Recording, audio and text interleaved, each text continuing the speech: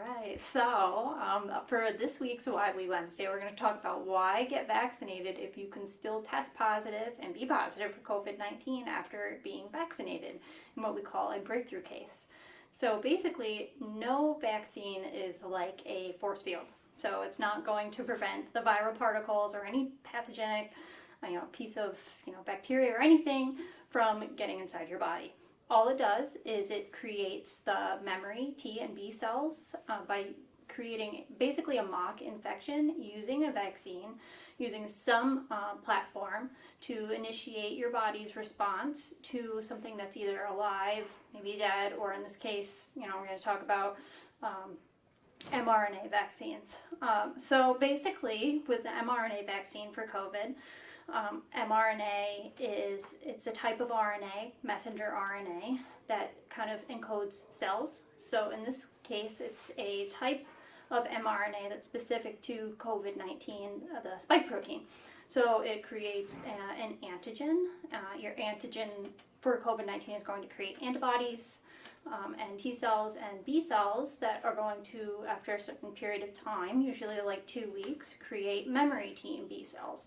So then when your body is faced with the wild type virus, it is ready to fight. It's already seen this before, it's ready to go. So of course you can still be infected, but your body's going to be ready and prepared to fight it off. So this is why you see people who will test positive, because the virus still enters their body. It is not replicating at the same rate that it would if the person was unvaccinated, and they have less severe symptoms overall, or no symptoms at all. They have a much lower rate of hospitalization and a much lower rate of death. Does it still happen? Of course, it's not 100%. Nothing in life is 100% other than death and taxes. So that is what I can tell you when it comes to that. So nothing is 100%. No vaccine is 100%. Flu shot's not 100%. MMR, polio, they're not 100%. But they do lessen your chance of death, severe infection, and suffering. But one of the biggest things is that it prevents our hospitals, especially in rural areas like Sullivan County, from becoming overwhelmed.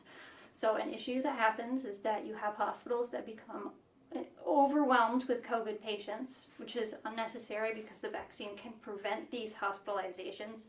And it makes it really hard for people who are in there for other things. You have appendicitis or an ovarian cyst pop, or something happen where these people then are waiting in their cars, waiting to get into the hospital because we're short-staffed and people are taking care of COVID-19 patients, and it kind of overwhelms the entire hospital system. So it's vital that you get vaccinated for COVID-19, not only to protect yourself from more severe symptoms, hospitalization and death, because that's no fun, but also to protect your community, not just from COVID-19, but from suffering from other illnesses and not being able to get the treatment that they need in a timely fashion.